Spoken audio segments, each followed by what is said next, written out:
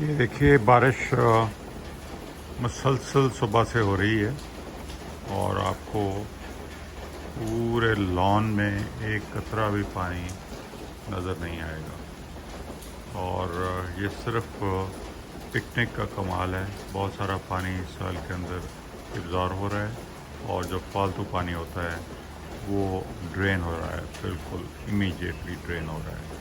سو soil کو in addition سے بچانا ایک بہت ہی امپورٹنٹ فیکٹر ہے، وہ لان ہو، گھاس ہو، یا ہماری کوئی کیش کراپ کے پودے ہوں، کوئی بھی ہو۔ سو سوئل اور پودا کبھی بھی پانی میں ڈوبنے کے لیے نہیں بنایا گیا۔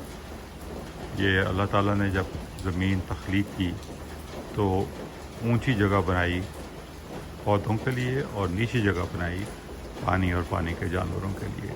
سو زمین جو تھی کہیں پہ بھی لیول نہیں تھی، اور پانی جو تھا وہ جب بارش ہوتی تھی تو فوری طور پہ پانی جتنا زمین نے جذب کرنا کر لیا، باقی سارا ندی نالوں اور دریاؤں سے بہہ کے سمندر میں چلا گیا۔ سو زمین اور پودے جو ہیں پانی کھڑا ہونے کے لیے بنائے نہیں گئے۔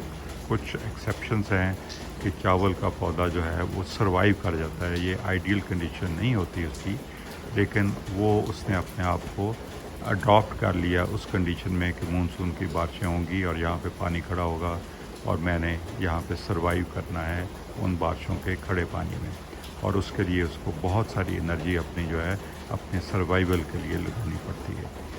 سو یہ میں اس لیے بتا رہا ہوں کہ زمین کو پانی میں ڈوبنا زمین کے لیے بھی اور پودے کے لیے بھی بہت زیادہ نقصان دہ چیز ہے۔ شکریہ۔